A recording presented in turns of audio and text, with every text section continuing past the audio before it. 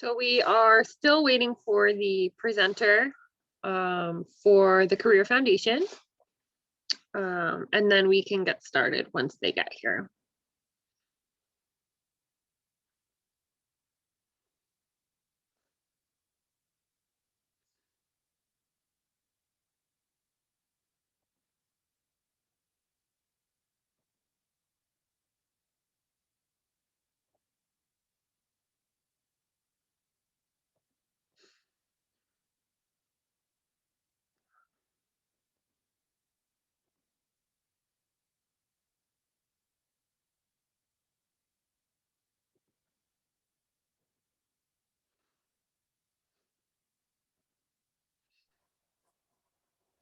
Hello.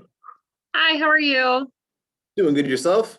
I'm good, thank you. I will just make you a host in case you have to share your screen at all. Okay, awesome. Awesome. So right now we just have 3. We can give it a couple more minutes if you want and see who else comes in because they just had Yeah, another one that finished at 1:10. that's fine. Yeah. The format's 10 minutes like wait time and then 20 minutes of Yeah. presenting and then another 10 minutes And- for questions and answers. Okay. All Yep. right, cool. Awesome. How's it going so far with the guys? Good. Everyone's been really engaged, a lot of participation. There's been a lot of questions. It's great. Awesome.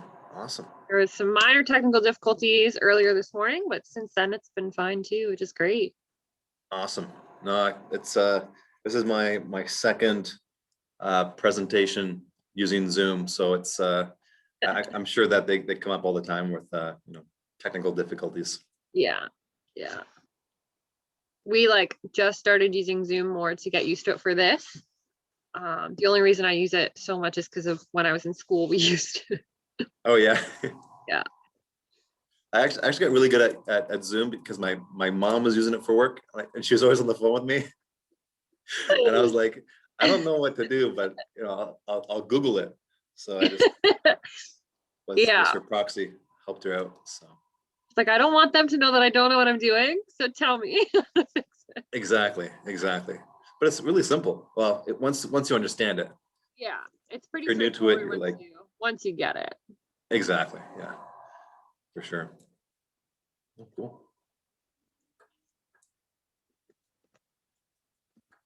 So, oh yeah, 4 attendees there. Okay. So will I be able to see them or are No, they? no, No. you'll Okay. just see their names. And then if you're sharing your screen at the time, you won't have access, you won't be able to see the chat. So I'll be able to read the questions to you. You can also ask questions in the Q&A portion as well. Again, I can keep track of all of that for you. Yeah. So yeah, they can, and they all are on mute as well. So they can't speak and you can't see them other than what they put in the chat. Okay. So will that change when we go to the Q&A No. Q&A side? No, that'll all Nope, you'll be only be able to see me. okay. No worries. Yeah, I think people are still coming in, so Yeah, slowly. Some of the trade shows may have ended early. I know ours ended 5 minutes-ish early, and then from there. that's okay. Well, we got Emily saying hello. Hello, Emily. Hi, Emily.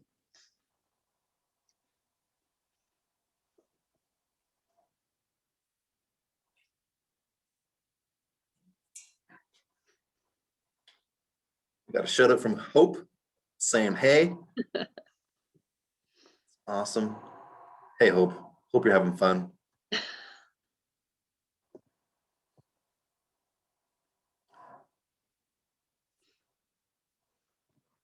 So far, so good. Awesome. Hopefully, we can give you some more value today.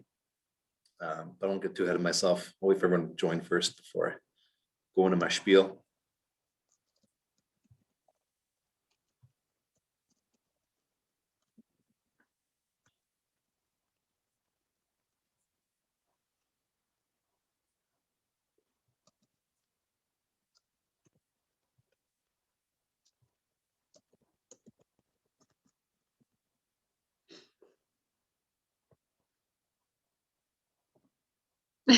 That's very true.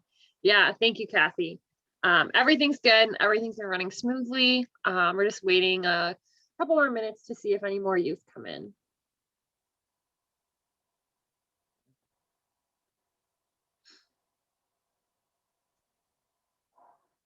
Awesome. Sounds good, Kathy. You too.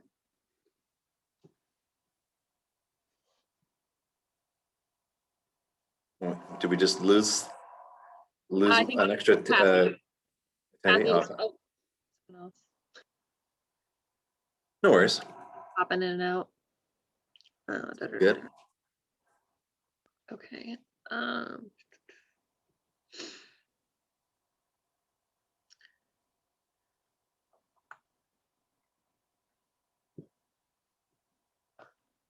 I can get these guys to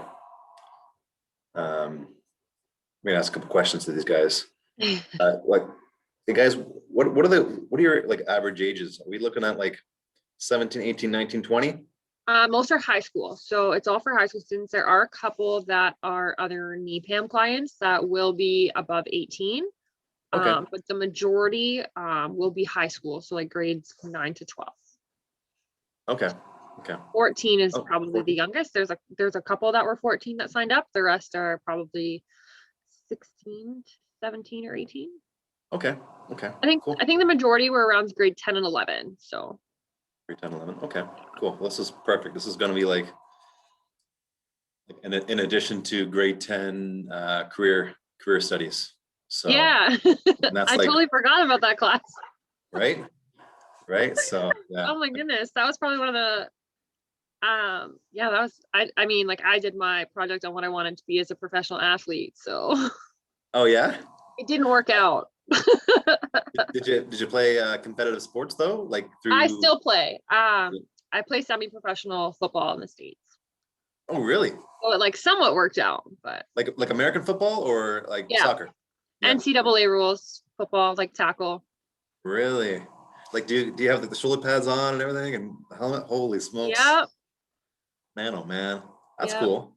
So what got you into that? Was that like something that Um, your parents kind of helped you well, pursue or? my family's really big into football to begin with, but I played flag for 7, 8 years before I switched over. Okay. Well, hey man, that's a tough sport. I wouldn't want to mess with you. Oh, nice, a swimmer. How long have you swam for? Or what which do you compete in? I used to swim. I did the backstroke and freestyle. I broke my finger trying to catch a football. That happens often. They do that right when you catch it. Yeah. I dislocated my thumb a year ago. Uh, It's fun. Man, that sucks. I remember playing There are lots of goalie. swimmers.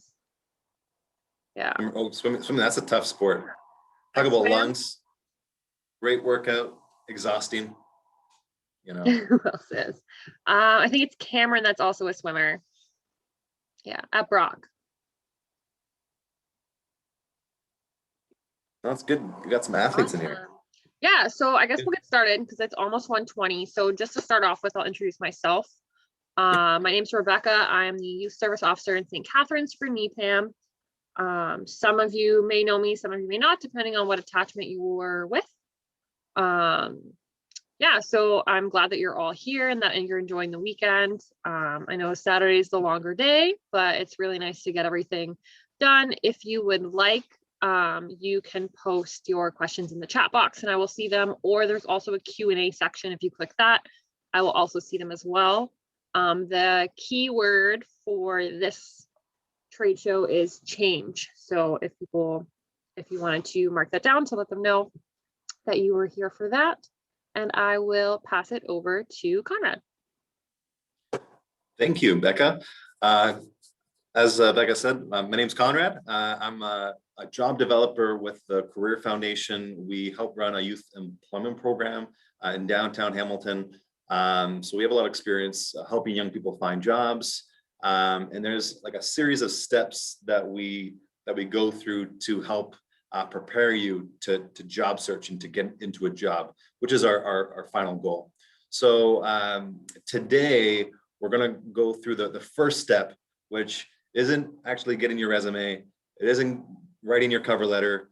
It isn't even, learning how to prepare for mock interview questions and going for an interview. It's literally even before that, identifying your personality type to match well with jobs that you're going to be going for. And this is all about career exploration. Okay, so because some of you, one of the attendees mentioned that they're 14 years old, so you may never have had a job experience, or maybe you babysit, maybe you worked at a fast food place, and maybe also you haven't had a job yet. That's totally normal, and this is going to be a great tool for you guys. So what the tool is it's an assessment to identify your personality type, and we use Myers-Briggs. So Myers-Briggs is a wealth of knowledge, and what I'm trying to do is I'm trying to condense it into a small, 20-minute, conversation workshop presentation. So, guys, basically what I'm trying to say is that, this isn't a perfect assessment. Usually I have a whole day to go over this with clients. So, have a bit of flexibility because at the end of this, you're going to identify your personality type, and that's going to help you to move forward to identify some jobs that you might like. So you might think, what, this isn't really connect with me, and that's okay. But sometimes, these are pretty accurate. And I'm going to go over mine so you guys can have at least a way to understand how this Myers-Briggs assessment works for you guys. So with that being said, what I do want you to have, and if you don't have one, if you just go grab one, is a piece of paper. And we're not gonna do anything too crazy. Just what I want to do at the end of this is you're gonna write down 4 letters, okay? And these 4 letters are gonna correspond to your personality type. And there's 16 different personality types with Myers-Briggs, okay? So what's gonna happen is at the end of this presentation, what I would like you to do, and I don't know if we can do this, Becca, but if they can send me an email with their type, and then I can send them an email with information about their type, because it's 16 different personality types. I wouldn't be able to go over all of them. Yeah. But I want to make this as quick as possible and get you guys the most value. Okay. Yeah, definitely. So how we can do that is if you guys all email me your type, I can forward it, and that way you will have it as well as their email. Awesome. And I will put mine in the chat right now. Awesome. There is my email for all of you for when you get your personality type. Awesome. Cool. Thank you for that, Becca. So, first what we want to talk about is the aim, right? So the aim is we're going to find our personality type. And for that, you'll be able to find jobs that best suit your personality type. And you'll typically be more happy, right? Because you're going to identify jobs that you will feel fulfilled. You'll feel there's more meaning, more purpose. And if you are happy at work, your days won't feel so stressful. They'll feel like they're just going by. You'll feel like, this is what I was meant to do. Okay. Another important thing is that you'll identify some of your strengths and weaknesses. So strengths being, for me, I'm very extroverted. I don't mind doing presentations like this. When I was a bit younger, I was, but now I'm okay with that. When it comes to that, that's one of my strengths, and I'm developing that. And there's also some weaknesses that I have because of my extroversion. There's you basically are able to find both your strengths and weaknesses, so you can find jobs out there that best suit your personality. Okay. So with that being said, we're gonna go over the first letter, which is a personality preference, and this is basically how you take in energy. So how do you direct and receive energy? Okay. So you're either extroverted or you're introverted. Okay. And this is just for this Myers-Briggs assessment. Now, guys, you're going to be on a range. Okay. You're not going to just be, extroverted, and you're not just going to be introverted. You're going to be on a range. Okay. You're either going to be like, 90% extroverted, 60% introverted, and 40% introverted, or vice versa, right? So there's going to be a scale. So you're going to identify that you may have some introversion preferences and likes, but you identify more with one or the other. Okay. So the first one is extroversion. So this is something where the easiest example I can think of is when you wake up, think of your energy levels having a cup that's empty. Okay. And extroversion basically means that, as you go through your day, you need to interact with other people. You need to be social, right? As you wake up and communicate with your parents, with your friends. When you go to school, you get more and more hyped up, more energy in your glass, so it starts to fill up, and that's kind of how you receive energy, is more extroverted. Okay, if you identify with that, maybe you're on this other spectrum, which is introversion. So and that is basically, think of the opposite of that, which is your glass is full after waking up. You woke up, you are full of energy, and you're going to use that energy to interact with people. And instead of getting energy, you're actually giving energy, in the sense that, you kind of feel like you're exerting your energy to communicate, to be social, to have those interactions.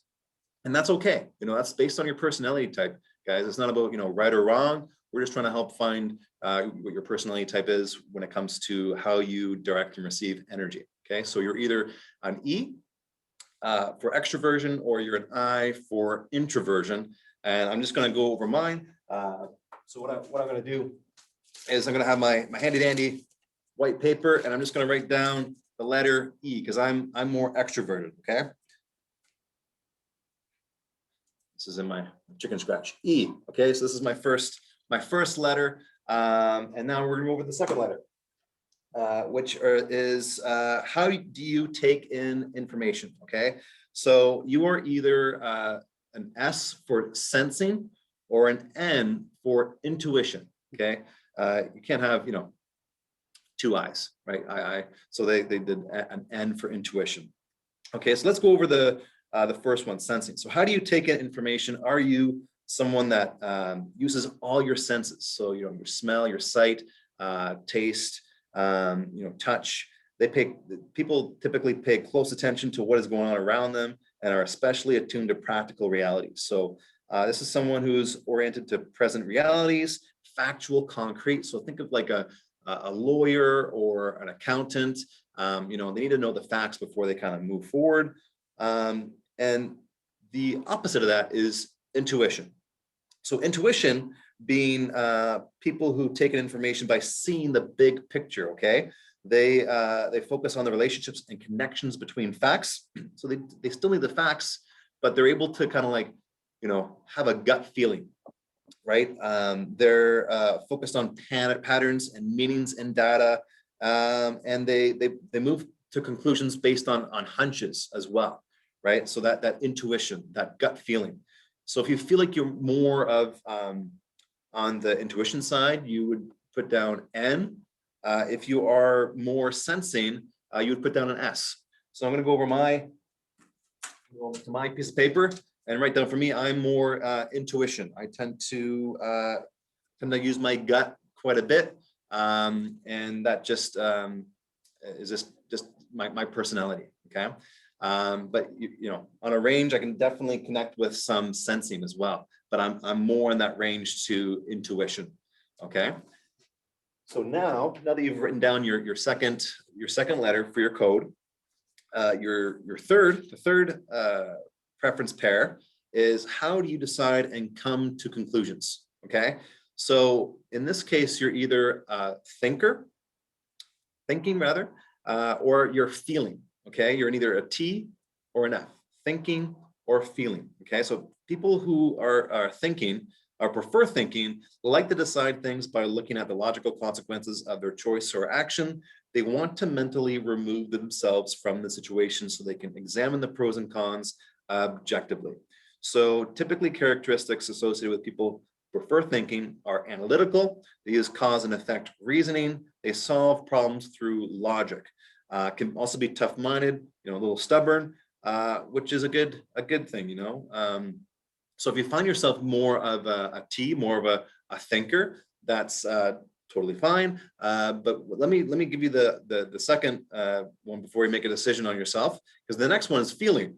The feeling, this is for people who prefer to decide things by considering what's important to them and to others involved. So they mentally insert themselves into situations to identify with everyone so they can make decisions that honor people. So these are people typically that have characteristics that are empathetic to others. They're guided by personal and social values. They assess impacts of decisions on people. They're compassionate. They're fair. I want everyone treated as an individual. Okay. So if you feel like you're more of an F in this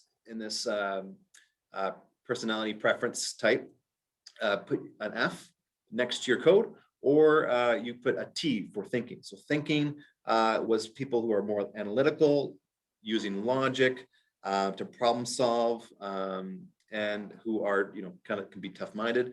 So just to give you, I'm going to write down my letter, which for me, on the range between T and F, between thinking and feeling, I'm more of a thinker. I feel like actually I'm very empathetic. So sometimes I'm like, it depends on the situation. I could be an F, but I feel like in more situations, I'm more of a T. I'm more of a thinker. So I'm gonna write down T on my list or on my piece of paper. Okay, so I'm an ENT. I'm an ENT, which doesn't mean anything yet. Okay, so the next personality preference pair is the last one.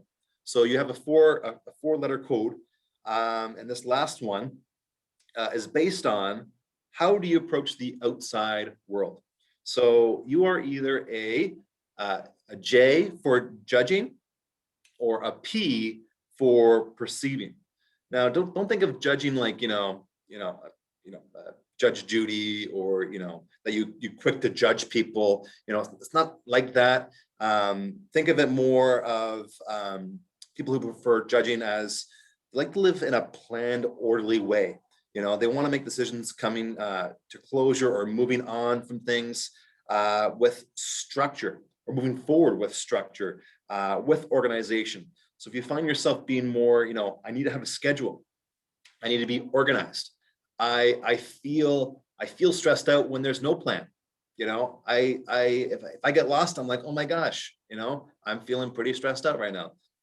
Maybe this is, you're more of a judger, or, in the case of Myers-Briggs, it doesn't mean that you judge people, it's just that you tend to have, you like to schedule things, you like to have systematic, methodical ways of, planning out your day. Maybe you've, I know you guys are kind of young, but maybe you've planned out a vacation with your parents, or even like a camping trip, or well, maybe not now because of COVID, but a graduation trip, and you're kind of like, okay, this is where we could go, and you're trying to plan out, your event, your trip. So on the other scale of that is perceiving. So perceiving are people who prefer to live in a flexible, spontaneous way and want to experience, understand life rather than control it. Okay, they don't need detailed plans, and final decisions feel confining to them. They want flexibility. They want to be open-minded, open-ended. I mean, this right now with COVID-19, for example, if you're an entrepreneur or a business owner, and you had this personality type, this perceiving, that would be an advantage for you, because you can be more flexible when things are coming at you from the government saying, like, okay, we can only have 10 people in a restaurant, in a yoga studio, in a workout studio. It doesn't matter if it's 1,000 square feet or 100 square feet. You can only have 10. I mean, 100 square feet, that's not very big. It's like a bedroom. So you can't have 10 people in there. But, some restaurants are huge. They've got like 5,000 square feet, but they can only have 10. So you got to be flexible. You got to be open-minded and a little bit spontaneous. So on that scale, you're either judging, a J for judging, which is that you like the schedule, you like to organize your life, trips, or you're a perceiver, you're a P, which is that you're spontaneous, flexible, casual, open-ended.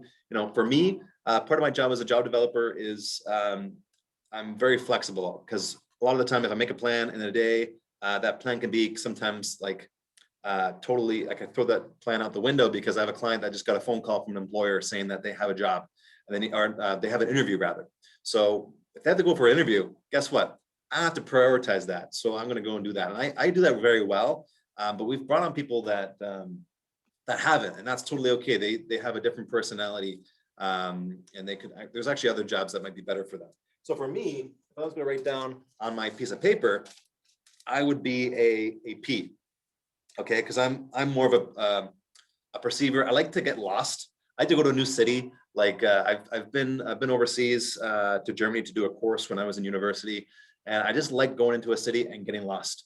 And going like, where am I? Oh, that's a really cool building. Oh, look at that. That's a really cool bridge. Oh, and there's a little bit of a blurb that kind of explains what the historical meaning of it is. I love that stuff. I don't need a lot of structure, though it does help me.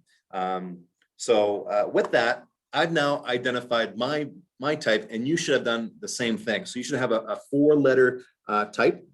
So mine's ENTP in chicken scratch. This is my personal language. And, hopefully yours is a little bit prettier than mine. But your type is going to be different than mine. Or it could be also similar. Or, for me, I'm sometimes like an ENFP, but, I can see myself more engaged with ENTP. So what I'm going to do, guys, is to give you an example of what this looks like. So I'm going to actually share my screen now and show you. I can share my screen, right? Yes, Yeah. you should be able to. I made you a host. Perfect. Okay, so I'm going to go here, and this is what I would send you. I would send you your personality type, and it would give you the popular occupations, strengths, and blind spots. Because this is the value bit. This is the part where it's like, okay, if you're starting to look for jobs, or you don't know what you're going to do, you don't know what am I going to do for my job in 4 or 5 years? Maybe you don't know. That's okay. This can kind of point you in the right direction. Okay. So we're just going to go over mine, which is ENTP, popular occupations, strengths, and blind spots. Working conditions that suit ENTPs. So I'll just go with the first two. Gives them opportunities to engage in creative problem solving and are generating new and innovative approaches to problems. I'm constantly problem solving for my clients, and also asking them to problem solve as well. So there's always a very creative process. I like that kind of condition that suits me well. Lets them implement their innovative solutions in a creative way, more efficiently functioning systems. I like systems. And I'm lucky my boss, gives me an opportunity to be innovative and create some ideas that will help not just myself, but the team moving forward when we're working. So those two guys, they really like, I really match well with this. This like really connects with me. So I have more confidence that this is my personality type. Now, when you send me your personality type and I send it back to you, if you feel like you're not identifying, that's okay. There maybe there's a little bit of an overlap. Maybe you're more one than the other in your personality types in the first, second, third, or fourth, and that's okay. And we can kind of go over that too if you have more questions. But we're going to go over popular occupations, and this is where I feel like, guys, this could be a really cool tool for you to identify, hey, I don't know what I want to do, but I know that there's certain occupations out there that I kind of think I want to do, or maybe your parents or family members, brothers, sisters, cousins, aunts, uncles, maybe if you had that interaction, the aha moment where they're like, you'd be a really good, lawyer, doctor, accountant, salesperson, you'd work really well at a dealership selling cars. That's those interactions that you have with family guys can like really help and build some confidence in you that what you want to do. But looking here at these occupations here, guys, on this left-hand side, where it says entrepreneur, business, entrepreneur. I mean, I'm not an entrepreneur, but I feel like I have an entrepreneur mindset because I did go to school for commerce at McMaster, and I can see myself being an entrepreneur or an inventor of some sort, because I could be creative, an owner / restaurant owner, bar, actor. I mean, I've thought about it. I mean, I kind of do that for you guys when I do a presentation like this or for my clients. So because I kind of have to act, I kind of have to, present to you guys. So this kind of connects with me, I may not actually go out and do these jobs, but this kind of like, I agree with these job types. And, some of them you might have heard before, like, okay, my mom, my dad, brother, sister, aunt, uncle, or close friends. So like, you'd be a great, entrepreneur or inventor or actor, that kind of gives you some confidence that, okay, this is what I want to do. Okay. And now something that you guys will face is that you're young and maybe you don't have the funds or the education behind getting to where you're at. Like, let's say venture capitalist. Okay. If I was going to go become a venture capitalist, I'd probably have to go get my, my CFA, my certified financial, I don't know, but it's called a CFA, and it takes like 2 or 3 years to get, and that's an additional program that I'd probably have to do to get that. But that's a good goal to at least identify that, hey, that's something I want to do, and how do I get there? So once you kind of know your end destination, you can make small steps to get there. And that's why this Myers-Briggs assessment is really helpful. Also, these are some more job occupations. And you'll see here, human resources recruiter. I mean, that's basically what I'm doing right now, in a sense, because we bring on new people. We do recruit in Hamilton for, young people who are having trouble finding jobs. So that kind of connects with me and my personality type. What else is here? ENTPs are born entrepreneurs. Okay, we've talked about that before. Okay, so this is another angle is marketing / creative. These are all other jobs, occupations that are best suited for ENTPs. What else? Planning and development. Okay, these are just more jobs. I want to get to the bottom here because we're kind of running out of time. And I want to give you guys some time to ask some questions. Okay, here we go. So this is the really important part too. Once you've kind of find some occupations, that's great. But this tool also helps to identify some strengths. So excellent communication skills and ability to get others excited about your ideas. I don't know about you, but I feel excited. And usually people who are excited tend to also make other people excited too. So I hope you're kind of excited as well. And that is something that I kind of connect with this personality type. A broad range of interests, and I'm going to try to highlight this so I can show this one.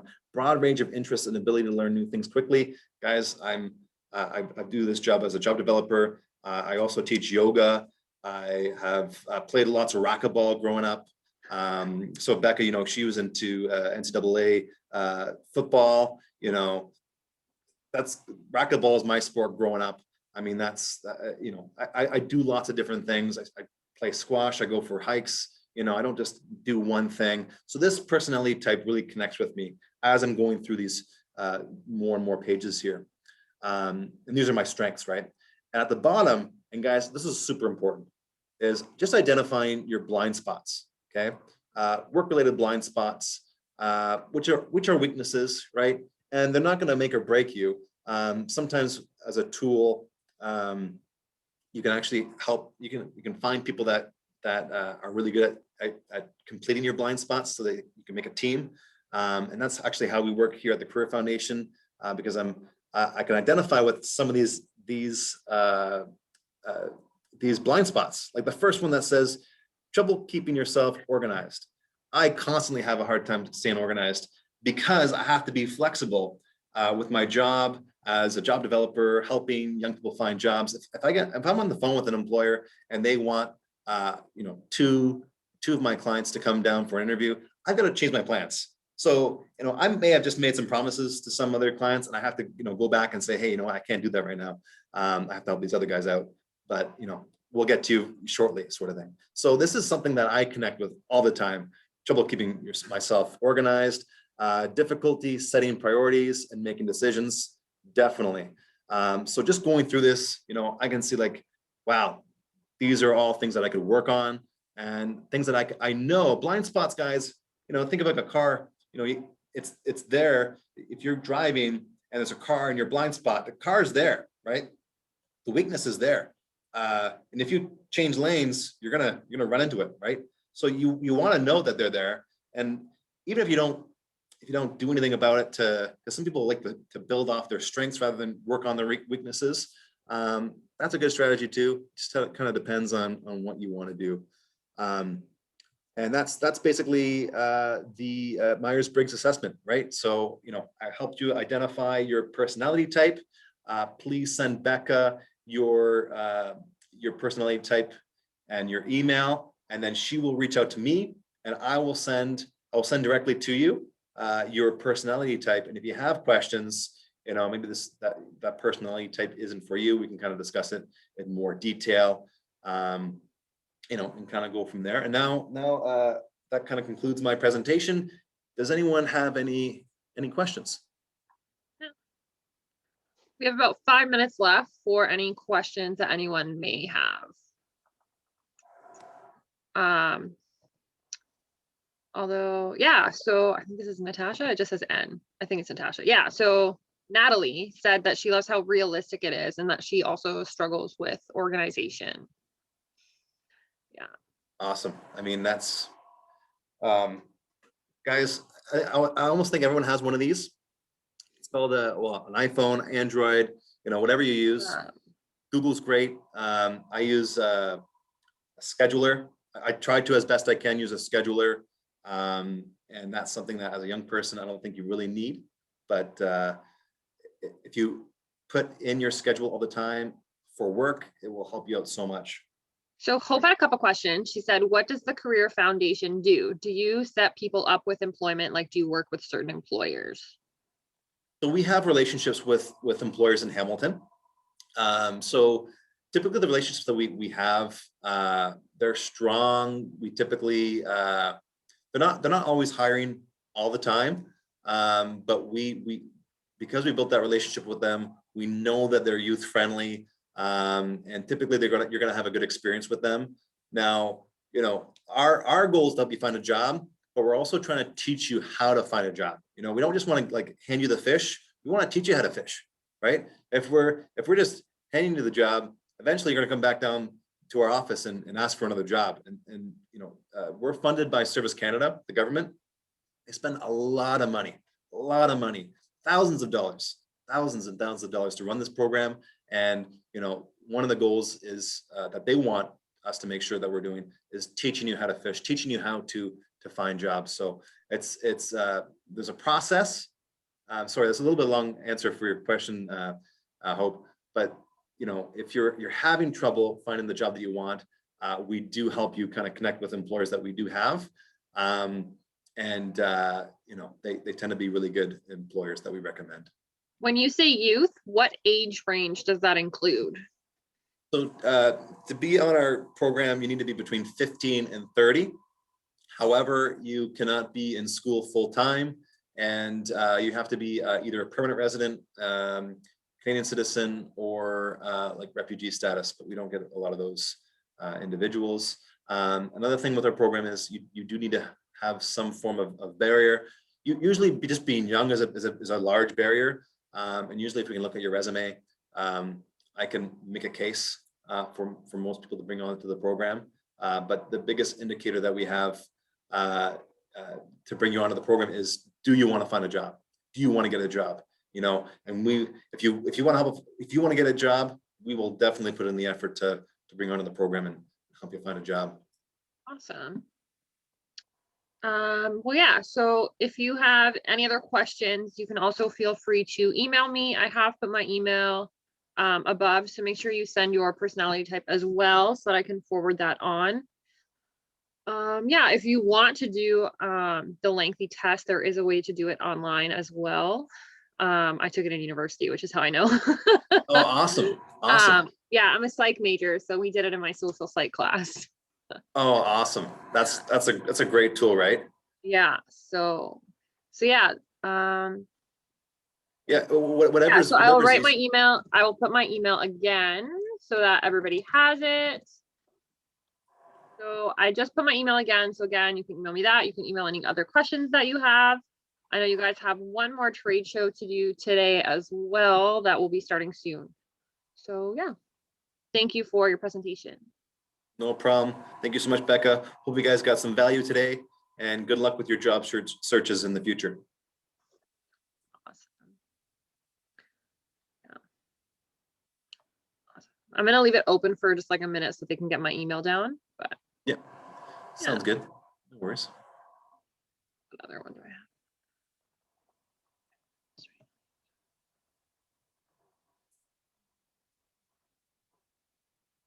I think everyone's starting to go now. Bye, guys. Perfect.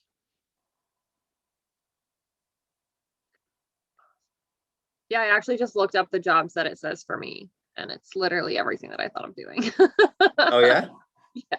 Well, I'm ENFP, so a lot of the ENFP. options are like Oh. social worker, teacher, See, I'm also, therapist. that's great, right? Like, it's kind of like, you know, at least you have more confidence that what you're doing is in line with your personality, right? Yeah. With your strengths and stuff. So yeah, it's a pretty cool assessment tool. Yeah.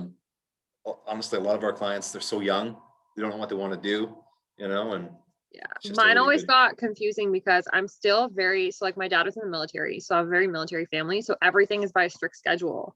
So whenever it's like that's like one of the weaknesses, I'm like, not really though. Yeah, yeah. Well, That's probably the only thing. that might be like an awesome strength that you have, like Yeah. that you've made a weakness into a strength, and like that makes the ENFP so much stronger, you know. So no, that's cool. All right. I have to go because I have to hop on to another one. No worries, no worries. Do you need Awesome. anything from me, Becca? Nope, not at No. all. Okay. Awesome. Awesome. Have a good day. Thanks, you too, Becca. Take care. Bye.